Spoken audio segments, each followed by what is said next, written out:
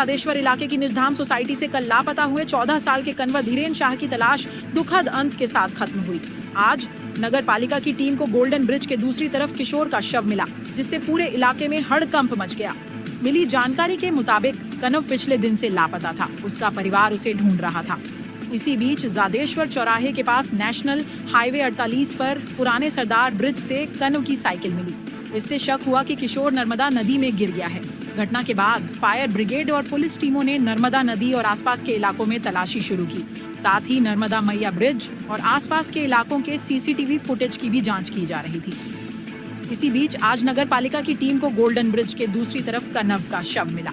घटना की जानकारी मिलते ही उसके माता पिता और परिवार के सदस्य तुरंत मौके पर पहुंचे।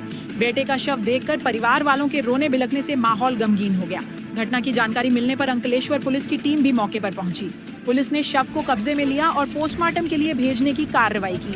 किशोर की मौत का सही कारण पोस्टमार्टम रिपोर्ट के बाद ही साफ हो पाएगा। पुलिस ने पूरे मामले की आगे की जांच शुरू कर दी है। भरूच से रंगुनी जाकिर, ब्यूरो रिपोर्ट, महानगर मेट्रो।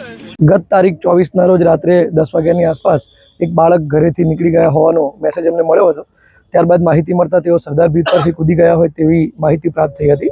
અમારી ટીમ તાત્કાલિક ઘટના સ્થળે પહોંચી નદીમાં શોધખોળ ચાલુ કરી હતી।